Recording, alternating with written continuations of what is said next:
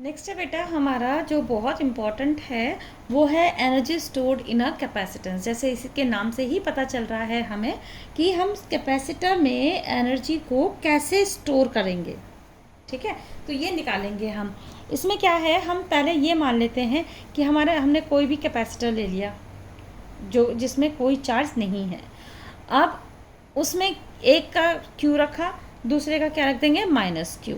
ठीक, अब हम क्या करेंगे, इस यहाँ से हम एक छोटा सा पॉजिटिव चार्ज लेंगे इस वाली प्लेट से, माइनस क्यू से छोटा सा चार्ज लेंगे, छोटा सा, यानी कि बहुत थोड़ा हम इसमें से चार्ज को इधर से इधर ले आएंगे।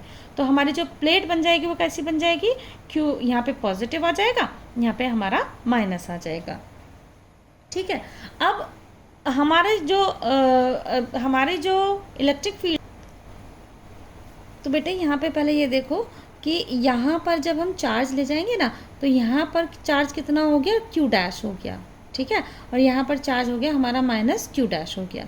अब देखिए, जब हम चार्ज को यहाँ से यहाँ लेके जा रहे हैं तो वर्क डन हो रहा है ना। तो वही वर्क डन जो है एनर्जी की फॉर्म में स्टोर हो जाता है। फिर से देखिए कि यहाँ से हम छोटा सा करके चार्ज लेके जा रहे हैं, पॉजिटिव चार्ज। ठीक, पॉजिटिव चार्ज जब हम ले जाएंगे तो ले जाने में हमें वर्क डन करना पड़ेगा, और वही वर्क डन जो है हमारा किस में स्टोर हो जाएगा, एनर्जी की फॉर्म में। अब मैं डेरिवेशन इस वाले ये नहीं करा रही हूँ, मैं आपको अपना जो मैंने डेरिवेशन किया है वो इजी है थोड़ा, उसमें आप देखेंगे। देखिए, जो हमारा वर्क डन है वो कितना होगा, डेल्टा डब्लू। क्यों, क्योंकि छोटा सा चार्ज ले जा रहे हैं हम, इसलिए हमने जो है delta W is equal to V dash delta Q dash. ठीक है, ये हमारा हो जाएगा। Work done is equal to कितना होता है, वी क्यू, है ना। अच्छा, इसे करने से पहले मैं आपको एक ये कुछ समझा देती हूँ। पहले ये फॉर्मूले जो आप पढ़ चुके हैं, इस डेरिवेशन को करने से पहले, ये v is equal to W upon Q, या फिर w is equal to V Q, c is equal to Q upon V, या v की फॉर्म में लिखेंगे तो q अपॉन सी आ जाएगा, e is equal to D V upon D R, और या फिर v is equal to E into R. ये सारे फॉर्मूले पढ़ रखे हैं, ये अभी इक्वेशन में हमारे रखे जाएंगे, इसलिए मैंने क्या किया, सबको इक्वेशन 1 मान लिया, इक्वेशन 2 मान लिया, 3, 4, इस तरीके से मैंने इनको लिख दिया है। ठीक है, तो E is equal to D V upon D R, V is equal to E into R, और electric field E is equal to sigma upon epsilon naught, और sigma is equal to Q upon A, ये सारे पढ़ चुके हैं। और potential difference V is equal to Q upon A epsilon naught into D.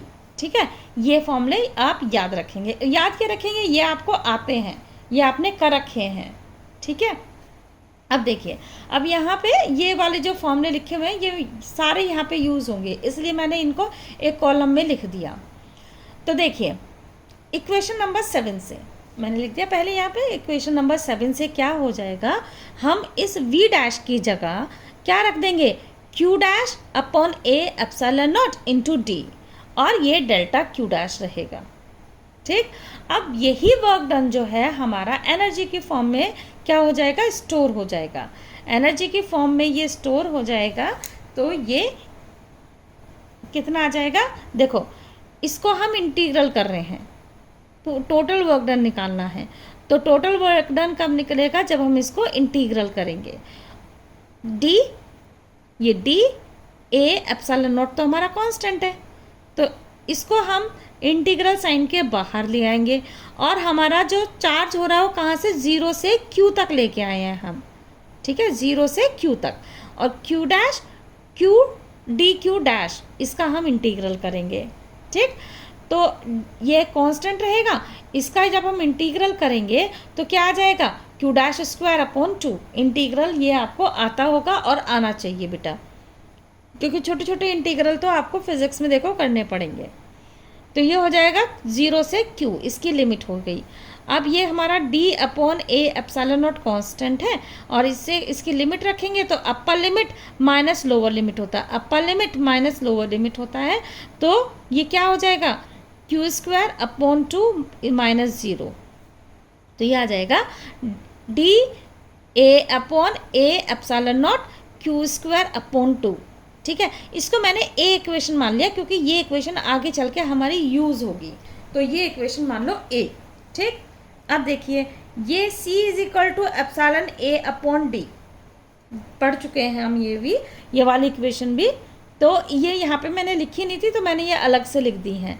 तो हम जानते हैं कि C is equal to epsilon not A upon D होता है। ए यहाँ पे एरिया है, डी है हमारा यहाँ पे डिस्टेंस, ये पढ़ चुके हैं। तो 1 अपॉन सी, इससे देखो 1 अपॉन सी निकालेंगे तो क्या हो जाएगा, उल्टा कर दो इसको। हम ये उल्टा क्यों कर रहे हैं, क्योंकि हमें D upon A epsilon not की वैल्यू चाहिए। तो 1 upon C is equal to D upon A epsilon not, ये आ गया हमारा। तो हम क्या करेंगे बेटा कि ये वाली वैल्यू डी अप ये 1 अपॉन सी, इसकी जगह क्या लिख देंगे हम, 1 अपॉन सी लिख देंगे, है ना। अच्छा, हम ये भी जानते हैं कि C is equal to Q upon A, ये लिख रखा है यहाँ पर, इसको इक्वेशन नंबर 9 मान ली मैंने। अब इसको कर दो स्क्वायर, इसका ले लो स्क्वायर, तो ये हो जाएगी C square is equal to Q square upon V square, क्योंकि हमें ये स्क्वायर की फॉर्म में हमें यूज़ करना है, क्यू स्क्वायर भी तो रखना होगा यहाँ पर, तो इसलिए हमने क्या कर दिया, इसका स्क्वायर कर दिया। अब देखिए तो इससे क्या हो जाएगा, Q square is equal to C square V square आ गई, ये इक्वेशन नंबर 10 मान ली मैंने। अब v is equal to u is equal to ये वाली इक्वेशन, ये D A epsilon naught Q square upon A, ये जो ए इक्वेशन मानी थी ना मैंने, इसको फिर से लिख दिया यहाँ पर। तो इसकी जगह D upon A epsilon not, इसकी जगह मैं क्या लिख सकती हूँ, 1 अपॉन सी, अभी जो इक्वेशन नंबर 8 है उससे q अपॉन 2 आ गया। ठीक है, या फिर क्यू स्क्वायर अपॉन 2c आ गया। ठीक बेटा, अब क्यू स्क्वायर की वैल्यू रख देंगे 10 से यहाँ से, तो u इज इक्वल टू, ये कब है, जब हमें किसकी फॉर्म में चाहिए, चार्ज की फॉर्म में और c की फॉर्म में चाहिए। अब यदि हमें b की और c की फॉर्म में चाहिए तो क्या करेंगे, तो उसके लिए हम क्या कर देंगे कि q की वैल्यू रख देंगे c स्क्वायर वी स्क्वायर, वही हमने कर दिया। अब c से तो एक c कैंसिल हो गया, तो u इज इक्वल टू कितना आ गया, 1 अपॉन 2 सी वी स्क्वायर आ गया। ठीक है, ये c और v की वैल्यू फॉर्म में आ गया। अब 9 और इक्वेशन नंबर 9 यानी कि ये c is equal to Q upon V, और इक्वेशन नंबर ये जो 11 है u is equal to 1 upon 2 C V square, इसमें हम क्या करेंगे कि हम इसमें ये c की वैल्यू रख देंगे, c is equal to Q upon V है ना, तो इस इक्वेशन नंबर 11 में c की जगह हम q अपॉन वी रख देंगे। तो ये देखिए एक v से v कट गया, तो u is equal to 1 upon 2 Q V आ जाएगा। ठीक है, ये सारे फॉर्मूले बेटे आपको याद होने चाहिए, ये न्यूमेरिक उसमें आपके डेरिवेशन में न्यूमेरिकल में आते हैं। अब एनर्जी डेंसिटी निकालेंगे, क्योंकि हमें तो यही तो निकालना है कि एनर्जी कितनी स्टोर हो रही है उसमें। तो एनर्जी डेंसिटी को मैंने स्मॉल u से रिप्रेजेंट कर दिया, और वो होती कितनी है, small u is equal to Q square to D A epsilon not, ये फ्रॉम ए वाली इक्वेशन ही मैंने रखी है, मैंने कहा था ना आगे हमारे काम आएगी ये वाली। ठीक है, ये वाली वैल्यू मैंने रख दी, जो ए वैल्यू मैंने मानी थी, इक्वेशन मानी थी, तो ये मैंने रख दी। अब वॉल्यूम कितना होता है, वॉल्यूम होता है ए इंटू डी, तो एनर्जी डेंसिटी कितनी हो जाएगी, u is equal to Q square 2, और ये आप याद रखना कि एनर्जी जो डेंसिटी है, एनर्जी डेंसिटी निकालने के लिए टोटल एनर्जी को हम वॉल्यूम से डिवाइड कर देते हैं। ठीक है, टोटल एनर्जी को वॉल्यूम से डिवाइड कर देंगे, तो ये हमारी टोटल एनर्जी थी, ये हमारी टोटल एनर्जी थी, u is equal to Q square 2 upon 2 D A epsilon not, ये हमारी टोटल एनर्जी थी। तो इसको हम किससे डिवाइड कर देंगे, वॉल्यूम से, और वॉल्यूम कितना होता है, a इंटू डी हमारा वॉल्यूम होता है, तो ये आ गया। ठीक है, अब हमारी d से d कैंसिल हो गया, तो जो इक्वेशन बनेगी वो बनेगी ये Q square upon 2 A square epsilon not. ठीक, अब हम क्या करेंगे, इसमें एप्सिलॉन से ही तो मल्टीप्लाई कर देंगे और एप्सिलॉन नॉट से ही डिवाइड कर देंगे। ठीक है, तो और हम ये वाला फॉर्मूला हम पढ़ चुके हैं कि E is equal to sigma upon epsilon not होता है, और यहाँ पे इज इक्वल टू सिग्मा की जगह क्या लिख देंगे, Q अपॉन A, ये पीछे भी मैंने जो इक्वेशन बताई थी उसमें लिखा था, तो यहाँ पे हम सिग्मा